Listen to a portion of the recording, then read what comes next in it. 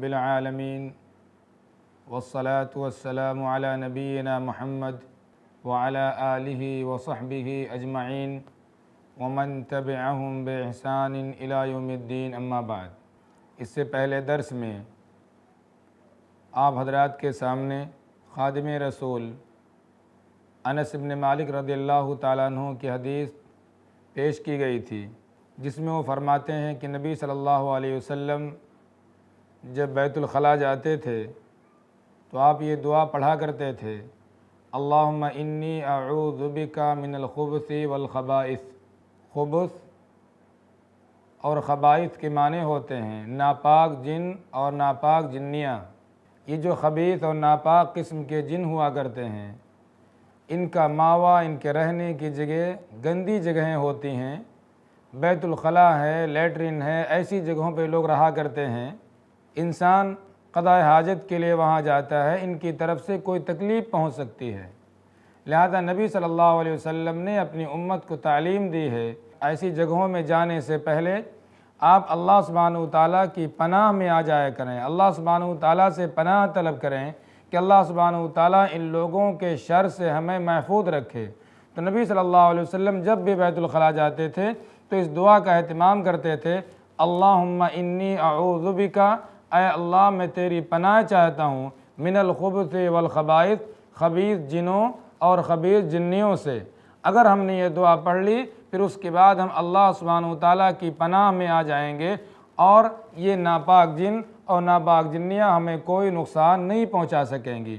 تو ایک مسلمان کے زندگی کے جتنے بھی معاملات ہوتے ہیں، ہر معاملے میں نبی صلی اللہ علیہ وسلم نے امت کے لیے رہنمائی کی ہے کہ یہ امت کون سا طریقہ اختیار کرے، کیا عمل کرے کہ وہ ہر طرح کے شر سے محفوظ رہے، ہر طرح کا خیر اسے حاصل ہو۔ لہذا نبی صلی اللہ علیہ وسلم نے جہاں مسجد میں جانے کی دعا سکھائی ہے، مسجد سے نکلنے کی دعا سکھائی ہے، وہیں نبی صلی اللہ علیہ وسلم نے امت کو یہ بھی بتایا ہے کہ آپ بیت الخلاء میں جائیں تو بیت الخلاء میں جانے کے آداب کیا ہوں گے، پہلے وہاں پر بایاں پاؤں رکھنا ہے کہ دایاں پاؤں رکھنا ہے، نکلتے وقت کیسے نکلنا ہے۔ تو زندگی گزارنے کے سارے آداب نبی صلی اللہ علیہ وسلم نے سکھائے ہیں اور ان تمام چیزوں سے آگاہ کیا ہے جو چیزیں انسان کے لیے پریشانی اور مشکل کا باعث ہو سکتی ہیں۔ لہذا نبی صلی اللہ علیہ وسلم نے بیت الخلاء میں جانے کے بھی آداب اپنی امت کو سکھائے ہیں جس سے امت ہر طرح کی پریشانی سے محفوظ رکھ سکے۔ اب اس کے بعد قضاء حاجتی کے تعلق سے ایک اور حدیث آپ کے سامنے پیش کی جا رہی ہے، جو حدیث عبداللہ ابن عباس رضی اللہ تعالیٰ عنہما نے نبی صلی اللہ علیہ وسلم سے نقل کی ہے۔ ابن عباس رضی اللہ تعالیٰ عنہما فرماتے ہیں، جس حدیث کو امام بخاری رحمہ اللہ نے اس سند کے ساتھ نقل کیا ہے، حدیث نمبر 218، حدثنا محمد بن المثنى قال حدثنا محمد بن خازم قال حدثنا الأعمش عن مجاهد عن طاؤوس عن ابن عباس رضی اللہ تعالی عنہما قال مر النبی صلی اللہ علیہ وسلم بقبرین فقال انہما لیعذبان وما يعذبان في كبير اما احدهما فكان لا يستتر من البول واما الاخر فكان يمشي بالنميمه ثم اخذ جريدة رطبة فشقها نصفين فغرز في كل قبر واحدة قالوا يا رسول الله لما فعلت قال لعله يخفف عنهما ما لم ييبسا۔ یہ حدیث صحابی رسول عبداللہ ابن عباس رضی اللہ تعالیٰ عنہ نے نقل کی ہے، اور جابر رضی اللہ تعالیٰ عنہ سے بھی اس طرح کا ایک واقعہ منقول ہے جسے انہوں نے نبی صلی اللہ علیہ وسلم سے نقل کیا ہے۔ فرماتے ہیں صحابی رسول کہ ایک بار نبی صلی اللہ علیہ وسلم کا گزر دو قبروں کے پاس سے ہوا تو آپ نے فرمایا انہما یعذبان، ان دونوں کو عذاب ہو رہا ہے، لیکن یہ عذاب کسی بڑے مسئلے کی وجہ سے نہیں ہو رہا ہے۔ اما احدہما، رہا ان میں سے ایک شخص تو وہ اپنے پیشاب سے بچاؤ نہیں کرتا تھا، واما الآخر، اور جہاں تک مسئلہ ہے دوسرے شخص کا، فکان یمشی بالنمیمہ، وہ چغل خوری کیا کرتا تھا۔ اس کے بعد نبی صلی اللہ علیہ وسلم نے کھجور کی ایک شاخ لی، فشقھا نصفین، اور اسے بیچ میں سے چیر کے اس کے 2 ٹکڑے کیے، فغرز فی کل قبر واحدہ، اور اس کے بعد ہر قبر پر ایک ایک ٹکڑا آپ نے نصب کر دیا۔ فرماتے ہیں کہ صحابہ کرام نے سوال کیا، اے نبی صلی اللہ علیہ وسلم لما فعلتا، آپ نے ایسا کیوں کیا؟ تو نبی صلی اللہ علیہ وسلم نے جواب دیا کہ لعلہ یخفف عنہما ما لم یبسا، اللہ سبحانہ وتعالیٰ کی ذات سے امید ہے کہ جب تک یہ دونوں شاخیں سوکھ نہیں جائیں گی تب تک اللہ سبحانہ وتعالیٰ ان دونوں کے عذاب میں تخفیف کر دے گا۔ یہ حدیث ہے۔ اس حدیث کے اندر ابن عباس رضی اللہ تعالیٰ عنہما نے نبی صلی اللہ علیہ وسلم کی زندگی کا ایک واقعہ نقل کیا ہے، اور واقعہ یہ ہے کہ ایک بار نبی صلی اللہ علیہ وسلم کہیں جا رہے تھے، مدینے کا واقعہ ہے، 2 قبروں کے پاس سے آپ کا گزر ہوا، نئی قبریں تھیں، تو آپ نے فرمایا انہما لیعذبان، ان دونوں قبر والوں کو عذاب ہو رہا ہے۔ اس سے یہ بات معلوم ہوئی کہ قبر میں عذاب ہوتا ہے انسان کے اعمال کی وجہ سے، جہاں آخرت میں قیامت کے دن انسان کو عذاب ہوگا، مرنے کے بعد قبر میں بھی انسان کو عذاب ہوتا ہے۔ تو فرمایا نبی صلی اللہ علیہ وسلم نے انہما لیعذبان، ان دونوں کو عذاب ہو رہا ہے۔ نبی صلی اللہ علیہ وسلم کو کیسے معلوم ہوا عذاب ہو رہا ہے؟ کیونکہ نبی صلی اللہ علیہ وسلم کا رابطہ اللہ سبحانہ وتعالیٰ سے مستقل جڑا ہوا تھا۔ جبریل علیہ السلام جب ضرورت ہوتی تھی اللہ سبحانہ وتعالیٰ بھیجتے تھے، اور اس کے ذریعے سے نبی صلی اللہ علیہ وسلم کو علم ہو جایا کرتا تھا۔ تو اللہ سبحانہ وتعالیٰ نے نبی صلی اللہ علیہ وسلم کو اطلاع دی، خبر دی، جس سے آپ کو معلوم ہوا کہ ان 2 قبر والوں کو عذاب ہو رہا ہے۔ آگے فرمایا نبی صلی اللہ علیہ وسلم نے وما یعذبان فی کبیر، لیکن ان دونوں کو جو عذاب ہو رہا ہے وہ کسی بہت ایسے بڑے مسئلے کی وجہ سے نہیں ہو رہا ہے جس سے بچنا ان کے لیے ممکن نہیں تھا۔ چھوٹی سی بات تھی، ذرا سی توجہ دیتے تو اس سے بچ سکتے تھے۔ لیکن اس کا مطلب یہ نہیں ہے کہ یہ گناہ جو ان لوگوں نے کیا تھا کوئی چھوٹا موٹا گناہ کیا تھا، بلکہ دوسری روایت میں آتا بلا انہو کبیر، ہاں کیوں نہیں، گناہ تو بہت بڑا تھا۔ تو گناہ تو کبیرہ ہے، بڑا گناہ کیا ان دونوں نے جس کی وجہ سے ان کو عذاب ہو رہا ہے، لیکن یہ گناہ ایسا نہیں جس سے بچنا ممکن نہ ہو انسان کے لیے، بچنا بہت زیادہ مشکل ہو، تھوڑی سی احتیاط کر لے انسان تو ان دونوں گناہوں سے بچ سکتا تھا۔ اس کے بعد نبی صلی اللہ علیہ وسلم نے سبب بتایا کہ ان دونوں کو جو عذاب ہو رہا ہے وہ کس سبب سے ہو رہا ہے۔ بتایا کہ ان دونوں میں سے ایک شخص ایسا تھا جو اپنے پیشاب سے نہیں بچتا تھا، پیشاب کے چھینٹے بدن پہ پڑیں تو اس میں اس کی احتیاط نہیں ہوا کرتی تھی، پیشاب کرنے کے بعد وہ شخص پانی کا استعمال نہیں کیا کرتا تھا، پیشاب کرنا ہے تو جیسے بھی کھڑے ہو کر کے کہیں بھی پیشاب کر دیا اور چھینٹے اس کے کپڑے پر آ رہے، اس کے بدن پر آ رہے ہیں۔ تو ان میں ایک شخص ایسا تھا جو اپنے پیشاب سے بچاؤ نہیں کرتا تھا۔ اس سے معلوم ہوا کہ عذاب قبر کے اسباب میں سے ایک سبب ہے پیشاب سے نہ بچنا، پیشاب کے چھینٹوں سے نہ بچنا، یہ عذاب قبر کے اسباب میں سے ایک سبب ہے، بلکہ یہ ایک اہم سبب ہے۔ چنانچہ نبی صلی اللہ علیہ وسلم کی حدیث جس کو ابو ہریرہ رضی اللہ تعالیٰ عنہ نے نقل کیا ہے، فرمایا نبی صلی اللہ علیہ وسلم نے اکثر عذاب القبر من البول، زیادہ تر جو عذاب قبر ہوا کرتا ہے یہ بول کی وجہ سے ہوتا ہے، لہذا اس میں احتیاط کی ضرورت ہے کہ آدمی احتیاط کرے کہ ایسا نہ ہو پیشاب کے قطرات، اس کے چھینٹے انسان کے بدن پر آئیں، اس کے کپڑوں پر آئیں۔ دوسرے شخص کے بارے میں فرمایا نبی صلی اللہ علیہ وسلم نے، دوسرا جو شخص تھا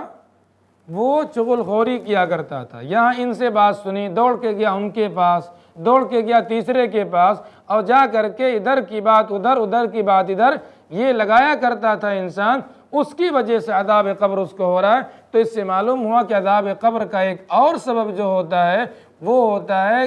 چغل خوری کرنا، ان کی بات سن کر کے ان کے پاس پہنچانا، ان کی باتیں سن کر کے ان کے پاس پہنچانا، تاکہ دو لوگوں کے اندر اختلافات پیدا ہو جائے۔ ایسے شخص کو نمام کہا جاتا ہے، اور ایسا کرنے کو السیء بالنمیمہ کہا جاتا ہے کہ آدمی دوڑ دوڑ کر کے ادھر ادھر باتیں بتائے، چغل خوریاں کرے۔ تو ایک شخص ان میں ایسا تھا جو چغل خوری کیا کرتا تھا، تو نبی صلی اللہ علیہ وسلم نے بتایا کہ ان دونوں قبر والوں کو عذاب ہو رہا ہے، اور دونوں قبر والوں کو جو عذاب ہو رہا ہے ایک کو اس سبب سے اور ایک کو فلاں سبب سے ہو رہا ہے۔ اس کے بعد نبی صلی اللہ علیہ وسلم نے کیا کیا، کھجور کی ایک شاخ لی نبی صلی اللہ علیہ وسلم نے۔ کھجور کی شاخ لینے کے بعد چیر کر کے اس کے 2 ٹکڑے کیے، اور اس کے بعد ایک ٹکڑا نبی صلی اللہ علیہ وسلم نے گاڑ دیا ایک قبر پر، اور دوسرا ٹکڑا دوسرے قبر پر گاڑ دیا۔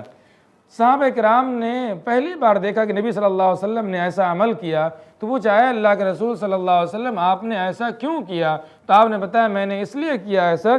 کہ اللہ کی ذات سے امید ہے کہ جب تک یہ دونوں شاخیں سوکھ نہیں جائیں گی تب تک ان دونوں قبر والوں کے عذاب میں تخفیف ہو جائے گی۔ اب یہاں پر ایک سوال یہ پیدا ہوتا ہے کہ کیا اس طرح سے قبر پر اگر کھجور کی شاخ لگا دی جائے تو کیا اس سے عذاب کے اندر تخفیف ہو جاتی ہے؟ کیا اس حدیث سے معلوم ہوتا ہے کیا کھجور کی شاخ میں کوئی ایسی تاثیر ہوتی ہے کہ کھجور کی شاخ گاڑ دینے سے، لگا دینے سے عذاب قبر ختم ہو جایا کرتا ہے؟ کیا ایسی کوئی بات ہے؟ آئیے ہم یہاں پر غور کرتے ہیں، دیکھتے ہیں کہ اس میں بنیادی سبب کیا ہے خود نبی صلی اللہ علیہ وسلم کے حدیث کی روشنی میں۔ تو یہ پہلے بات میں آپ کو بتا دوں کہ جہاں پر جو عذاب قبر میں تخفیف ہوئی اس کا تعلق اس سے نہیں ہے کہ کھجور کے درخت کے اندر یا کھجور کی شاخ کے اندر کوئی ایسی تاثیر ہوتی ہے کہ جس کی وجہ سے عذاب قبر ختم ہو جایا کرتا ہے۔ کیوں؟ وجہ کیا ہے؟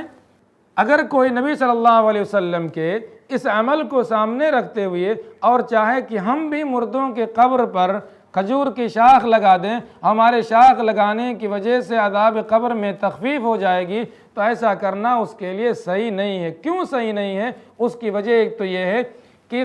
قبر والے کو عذاب ہو رہا ہے یا نہیں ہو رہا ہے، اس کی معرفت ایک غیبی امر ہے، ہم اور آپ کو اس کا علم نہیں ہو سکتا ہے۔ اللہ سبحانہ وتعالیٰ نے اپنے نبی صلی اللہ علیہ وسلم کو علم دیا، اللہ سبحانہ وتعالیٰ نے تو اپنے نبی صلی اللہ علیہ وسلم کو جہنم کا بھی دیدار کروایا، جنت کا بھی دیدار کروایا، تو اللہ سبحانہ وتعالیٰ نے اسی طرح سے قبر والوں کے عذاب کا بھی دیدار کروا دیا کہ اللہ کے رسول صلی اللہ علیہ وسلم کو خبر ہو گئی کہ ان قبر والوں کو عذاب ہو رہا ہے۔ لہذا ایک تو یہ ہے کہ عذاب قبر ایک غیبی مسئلہ ہے جس کا ادراک ہم اور آپ نہیں کر سکتے ہیں، لہذا ہم کیسے کہہ سکتے ہیں اس قبر والے کو عذاب ہو رہا ہے اور لا اس پر ہم شاخ لگا دیتے ہیں تاکہ عذاب قبر میں تخفیف ہو جائے۔ اب کوئی یہ کہہ سکتا ہے کہ چلو احتیاطاً لگا دیتے ہیں، اگر عذاب قبر ہو رہا ہوگا تو ختم ہو جائے گا، احتیاطاً لگا دیتے ہیں۔ تو آپ یہ غور کریں کہ اگر آپ پتہ چلے گا کہ اس طرح کے جتنے کام ہوا کرتے ہیں، چاہے قبروں پر اس طرح کی چیزیں لگانا یا اس کے بدلے میں آج کل جو رواج قبروں کے اوپر پھول ڈالنا، یہ کس کے ساتھ ہوا کرتا ہے؟ عموماً لوگ کیا کرتے ہیں جو اللہ سبحانہ وتعالیٰ کے نیک بندے ہیں، بزرگ لوگ تھے، ان کی قبروں کے ساتھ یہ ہو رہا ہے، تو کیا نعوذ باللہ یہ سوچ کر کے وہ لوگ کرتے ہیں کہ اس قبر والے کو عذاب ہو رہا ہے لہذا اس قبر پر ہم پھول چڑھا رہے ہیں؟ کیا ان کے بارے میں یہ تصور لے کر کے لوگ اس طرح سے کرتے ہیں؟ تو ایک تو یہ ہے کہ قبر والے کو عذاب ہونا نہ ہونا یہ امر غیبی ہے، اس کا ہم اور آپ کو کوئی علم نہیں ہو سکتا ہے، نمبر ایک۔ دوسری بات یہ ہے کہ اگر کھجور کی شاخ کے قبر پر گاڑنے کی وجہ سے عذاب قبر میں تخفیف ہو جاتی تو پیارے نبی صلی اللہ علیہ وسلم جو امت پر اتنے شفیق تھے، رؤوف و رحیم تھے، اپنی امت کو تعلیم دی ہوتی کہ جب کبھی کسی قبر کو دیکھیں آپ تو آپ اس قبر پر کھجور کی شاخ لگا دیا کریں تاکہ عذاب قبر میں تخفیف ہو جائے۔ نبی صلی اللہ علیہ وسلم نے اپنی امت کو اس بات کی تلقین نہیں کی، اور نہ ہی نبی صلی اللہ علیہ وسلم نے اور تمام قبروں کے بارے میں ایسا کیا ہے۔ صحابہ کرام رضوان اللہ تعالی علیہم اجمعین نے یہ نہیں سمجھا کہ نبی صلی اللہ علیہ وسلم کا یہ عمل سب کے لیے تھا کہ سب لوگ اس طرح سے کیا کریں، چنانچہ صحابہ کرام کی پوری زندگی آپ دیکھ جائیں، کہیں نہیں ملے گا کہ کسی صحابی نے کسی قبر پر جا کر کے شاخ گاڑی ہو یا کسی صحابی نے جا کر کے کسی قبر کے اوپر پھول چڑھائے ہوں، اور ان صحابہ کرام میں بھی خلفائے راشدین کسی سے آپ کو نہیں ملے گا۔ نہ تو یہ ملے گا کہ ان صحابہ کرام نے عقیدت کی وجہ سے نبی صلی اللہ علیہ وسلم کی قبر پر کبھی پھول چڑھائے ہوں، خلفائے راشدین کی قبر پہ کبھی پھول چڑھائے ہوں، پوری آپ حدیث کی کتابیں دیکھ لیجئے، نبی صلی اللہ علیہ وسلم کی سیرت دیکھ لیجئے، اسلامی تاریخ اٹھا کر کے دیکھ لیجئے، ان میں سے کسی کے بارے میں نہیں ملے گا کہ صحابہ کرام نے کسی قبر والے کے ساتھ یہ کیا ہو۔ یہ صحابہ کرام جو نبی صلی اللہ علیہ وسلم سے جتنی عقیدت اور محبت تھی ہمارے اندر، تو اس کی عشر عشیر بھی نہیں ہو سکتی ہے۔ جو اپنی جانیں نبی صلی اللہ علیہ وسلم کے لیے قربان کرنے کے لیے تیار تھے، وہ صحابہ کرام جو اپنی جان دینے کو تیار، لیکن نبی صلی اللہ علیہ وسلم کے پاؤں میں کانٹا چبھنے کے بھی روادار نہیں، جن صحابہ کرام کی عقیدت ہو، کبھی صحابہ کرام نے نبی صلی اللہ علیہ وسلم کی قبر پر پھول نہیں چڑھائے، صحابہ کرام نے خلفائے راشدین کی قبروں پر پھول نہیں چڑھائے، کسی صحابی کی قبر پر تابعین نے پھول نہیں چڑھائے۔ تو اگر یہ صحابہ کرام نے جو نبی صلی اللہ علیہ وسلم کے عمل کو سب سے زیادہ بہتر سمجھنے والے تھے، تو صحابہ کرام اس عمل کو کرتے، لیکن کہیں نہیں ملے گا کہ صحابہ کرام نے قبروں کے اوپر شاخ لگائی ہو تاکہ عذاب قبر کے اندر تخفیف ہو جائے۔ اسی طرح سے اگر عذاب قبر میں یہ تخفیف کھجور کی شاخ گاڑنے سے ہو جاتی، تو نبی صلی اللہ علیہ وسلم نے جو کھجور کی شاخ لگائی تھی، وہ شاخ نبی صلی اللہ علیہ وسلم چیر کر کے نہیں لگاتے، نبی صلی اللہ علیہ وسلم سیدھی شاخ لگاتے، اس لیے کہ شاخ اگر چیر دی جائے تو جلدی سوکھ جاتی ہے، اور اگر اس کو چیرا نہ جائے تو سوکھنے میں ٹائم لگے گا۔ فرمایا نبی صلی اللہ علیہ وسلم نے تاکہ عذاب قبر میں تخفیف ہو جائے، اگر شاخ کے تر رہنے کی وجہ سے عذاب قبر میں تخفیف ہو جائے تو پھر نبی صلی اللہ علیہ وسلم جتنے رؤوف و رحیم تھے، شاخ چیر کر کے نہیں لگاتے، سیدھی شاخ نبی صلی اللہ علیہ وسلم لگاتے تھے، کیونکہ مدینے میں آپ تھے، وہاں پر کھجور کے شاخ کی، کھجور کے پتوں کی کمی نہیں تھی، لیکن نبی صلی اللہ علیہ وسلم نے کھجور کے شاخ کو چیر کر کے لگایا۔ اس میں بھی کیا حکمت ہے انشاءاللہ میں آگے ابھی آپ کو بتا رہا ہوں۔ اگر یہ کھجور کے شاخ کے اندر کوئی اس طرح کی تاثیر ہوتی کہ جب تک شاخ تر رہے تب تک وہ عذاب قبر میں تخفیف کا سبب بنتی ہے، تو نبی صلی اللہ علیہ وسلم چیر کر کے نہیں لگاتے، بلکہ اس سے آگے بڑھ کر کے کھجور کا تر درخت یا عذاب قبر میں تخفیف کا باعث ہو جائے تو نبی صلی اللہ علیہ وسلم ایک شاخ کیا، وہاں تو صحابہ کرام سے کہتے کہ یہاں لا کر کے ایک درخت لگا دو، نبی صلی اللہ علیہ وسلم کھجور کا ایک درخت لگا دیتے تاکہ جب تک کھجور کا درخت یہ ہرا بھرا رہے گا تب تک اس قبر والے کو عذاب نہیں ہوگا، لیکن نبی صلی اللہ علیہ وسلم نے ایسا نہیں کیا۔ نبی صلی اللہ علیہ وسلم نے یہاں پر جو کھجور کی شاخ لگائی تھی، کھجور کی شاخ لگانے کے اندر حکمت کیا تھی، مصلحت کیا تھی، وہ آپ کو معلوم ہوگا دوسری ایک اور حدیث سے جو صحابی رسول جابر بن عبداللہ رضی اللہ تعالیٰ عنہما سے منقول ہے۔ چنانچہ جابر بن عبداللہ رضی اللہ تعالیٰ عنہ فرماتے ہیں کہ ایک بار نبی صلی اللہ علیہ وسلم نے اس طرح کا عمل کیا، جب آپ سے سوال کیا گیا تو آپ نے فرمایا احببت بشفاعتی ان یرفع عنہما ما دام الغصنان رطبین۔ صحیح مسلم کی روایت ہے کہ میں نے اللہ سبحانہ وتعالیٰ سے شفاعت کی،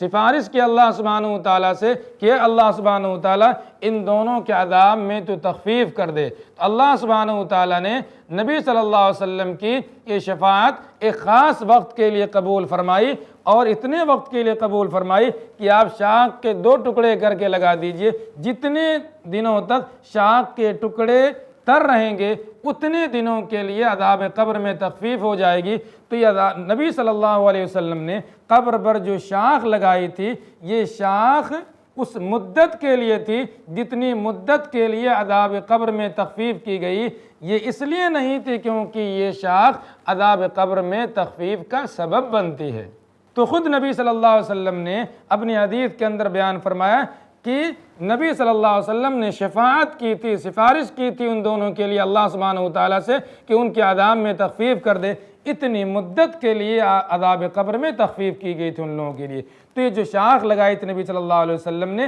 صرف اور صرف یہ اللہ سبحانہ وتعالیٰ کی طرف سے بتائی گئی مدت کے لیے تھی، باقی شاخ کے اندر اس طرح کی کوئی تاثیر نہیں ہوا کرتی ہے، پھولوں کے اندر ایسی کوئی تاثیر نہیں ہوتی ہے کہ قبروں پر پھول ڈال دیے جائیں تو عذاب قبر میں کسی کے تخفیف ہو جاتی ہے۔ یہ اگر کھجور کی شاخ لگا دینے سے عذاب قبر میں تخفیف ہو جائے تو اس سے تو یہ معلوم ہوتا ہے، اس سے تعلق بغیر اللہ کا پتہ چلتا ہے، گویا کہ اس سے یہ معلوم ہوتا ہے کہ اللہ سبحانہ وتعالیٰ کی عبادت کے علاوہ کچھ اور بھی دیگر ذرائع ہیں جن ذرائع سے عذاب قبر کو ختم کیا جا سکتا ہے، اور انہی ذرائع میں سے ایک ذریعہ یہ ہے شاخ لگا دو۔ تو اس سے تو تعلق بغیر اللہ لازم آتا ہے، اور اسلام تو تعلق بغیر اللہ کو ختم ہی کرنے کے لیے آیا ہے کہ انسان اللہ سبحانہ وتعالیٰ کے علاوہ کسی اور چیز سے تعلق جوڑے، یہ چیزیں بھی ہمارے لیے ہمارے عذاب کو ختم کرنے کا ذریعہ بن سکتی ہیں۔ تو یہ شاخ ہو، یہ فلاں چیز ہو، یہ کسی کے عذاب کی تخفیف نہیں کر سکتی۔ عذاب کے اندر جو تخفیف ہوا کرتی ہے وہ انسان کے اپنے اعمال کی وجہ سے ہوا کرتی ہے۔ اسی طرح سے کوئی اللہ کا نیک بندہ اس کے لیے دعائیں کریں، انسان کی اولاد اس کے لیے دعائیں کرے، یا اسی طرح سے اور دوسرے لوگ اس کے لیے دعائیں کریں، نبی صلی اللہ علیہ وسلم کسی کے لیے دعا کر دیں، نبی صلی اللہ علیہ وسلم کسی کے لیے شفاعت کر دیں، تو اس کے ذریعے سے عذاب قبر میں تخفیف ہو جاتی ہے۔ باقی پھول ڈالنے سے کسی کے یا کسی کے شاخ گاڑ دینے سے عذاب قبر میں تخفیف نہیں ہو جاتی ہے۔ یہ جو وضاحت آپ کے سامنے کی گئی ہے، اس سے یہ بات آپ کے سامنے واضح ہو گئی ہوگی انشاءاللہ کہ یہ جو نبی صلی اللہ علیہ وسلم نے شاخ لگائی تھی، شاخ کے اندر کوئی تاثیر نہیں ہوتی ہے۔ اصل جو تاثیر تھی وہ نبی صلی اللہ علیہ وسلم کی شفاعت کی اور آپ کی دعا کی تاثیر تھی، اور شاخ یہ صرف بیان مدت کے لیے کہ کتنی مدت کے لیے آپ کی شفاعت قبول کی جا رہی ہے، ہمیشہ کے لیے آپ کی شفاعت قبول نہیں کی جا رہی ہے۔ تو یہ حدیث ہم اور آپ نے جو پڑھی، اس حدیث سے معلوم ہوتا ہے کہ انسان قضاء حاجت کے لیے جائے تو اسے احتیاط برتنا چاہیے۔ ایسا نہ ہو جس طرح سے بھی چاہے آدمی اپنی ضرورت پوری کرے کہ انسان کے کپڑوں پر گندگی آئے، انسان کے بدن پر گندگی آئے، اس سلسلے میں ہمیں احتیاط برتنا چاہیے۔ تو نبی صلی اللہ علیہ وسلم نے جہاں ہمیں یہ تعلیم دی ہے کہ بیت الخلاء میں جائیں تو کیسے جائیں، پہلے بایاں پاؤں داخل کریں، دعا پڑھ کر کے آپ جائیں۔ اسی طرح یہ بھی تعلیم دی ہے کہ بیت الخلاء میں جانے کے بعد پورے احتیاط کے ساتھ انسان کو اپنی ضرورت پورا کرنا چاہیے، تاکہ ایسا نہ ہو انسان کے کپڑوں پر، انسان کے بدن پر پیشاب کی چھینٹیں پڑیں اور یہ سبب بنے انسان کے لیے عذاب قبر کا۔ اب اس کے بعد آپ حضرات کے سامنے نبی صلی اللہ علیہ وسلم کی احادیث جو وضو کے تعلق سے ہیں، ان میں سے 2 احادیث کا تذکرہ کیا جا رہا ہے، جن 2 احادیث میں صحابہ کرام نے عمل کر کے بتایا ہے کہ نبی صلی اللہ علیہ وسلم وضو کس طرح کیا کرتے تھے، اور جو اللہ سبحانہ وتعالیٰ نے قرآن مجید میں حکم دیا ہے اہل اسلام کو، اہل ایمان کو کہ اذا قمتم الى الصلاة فاغسلوا وجوہکم الی آخر الآیہ، تو اس آیت پر ہم عمل کس طرح سے کریں گے اور وضو کا کیا طریقہ ہوتا ہے، شروع سے لے کر کے آخر تک نبی صلی اللہ علیہ وسلم کے وضو کا طریقہ عملی طور پر بہت سارے صحابہ کرام نے بیان کیا ہے۔ انہی میں سے 2 احادیث آپ کے سامنے پیش کی جا رہی ہیں، جس سے آپ کو معلوم ہوگا کہ نبی صلی اللہ علیہ وسلم کے وضو کا طریقہ کیا تھا۔ پہلی حدیث صحابی رسول خلیفہ راشد عثمان ابن عفان رضی اللہ تعالیٰ عنہ سے مروی ہے، جس کی سند اس طرح سے ہے: حدثنا عبد العزیز بن عبد اللہ الاویسی قال حدثني ابراہیم بن سعد عن ابن شہاب ان عطاء بن یزید اخبره ان حمران مولى عثمان اخبره انه رأى عثمان بن عفان دعا بإناء فأفرغ على كفيه 3 مرار فغسلهما ثم أدخل يمينه في الإناء فمضمض واستنثر ثم غسل وجهه 3 ويديه إلى المرفقين 3 مرار ثم مسح برأسه ثم غسل رجليه 3 مرار إلى الكعبين ثم قال رسول الله صلى الله عليه وسلم من توضأ نحو وضوئي هذا ثم صلى ركعتين لا يحدث فيهما نفسه غفر له ما تقدم من ذنبه۔ یہ حدیث ہے جو 159 نمبر کے تحت امام بخاری رحمہ اللہ نے اپنی کتاب صحیح بخاری کے اندر ذکر کی ہے۔ صحابی رسول عثمان بن عفان رضی اللہ تعالیٰ عنہ نے پانی منگوا کر کے اور پھر نبی صلی اللہ علیہ وسلم کے وضو کا طریقہ کیا تھا وہ لوگوں کے سامنے بیان کیا، تاکہ لوگ نبی صلی اللہ علیہ وسلم کے طریقے کے مطابق وضو کر سکیں۔ چنانچہ جن لوگوں نے یہ مشاہدہ کیا اور دیکھا، ان لوگوں نے عثمان رضی اللہ تعالیٰ عنہ کا یہ طریقہ وضو اپنے بعد کے لوگوں کے لیے نقل کیا تاکہ لوگ نبی صلی اللہ علیہ وسلم کے وضو کی طرح سے سبھی لوگ وضو کریں تاکہ ان کا وضو صحیح ہو۔ اس کے بعد اس وضو کے ذریعے سے جو صلاۃ ادا کریں وہ صلاۃ بھی اللہ سبحانہ و تعالیٰ کے ہاں ان کی مقبول ہو۔ انشاءاللہ اگلے درس میں اس حدیث میں عثمان ابن عفان رضی اللہ تعالیٰ عنہ نے نبی صلی اللہ علیہ وسلم کے وضو کا کیا طریقہ بیان کیا ہے وہ آپ حضرات کے سامنے اس کا ترجمہ اور اس کی وضاحت کی جائے گی۔ فی الحال یہ درس یہیں پر مکمل ہوتا ہے۔ والسلام علیکم ورحمۃ اللہ وبرکاتہ۔ ایسے ہی اور ویڈیوز بنانے میں ہماری مدد کریں۔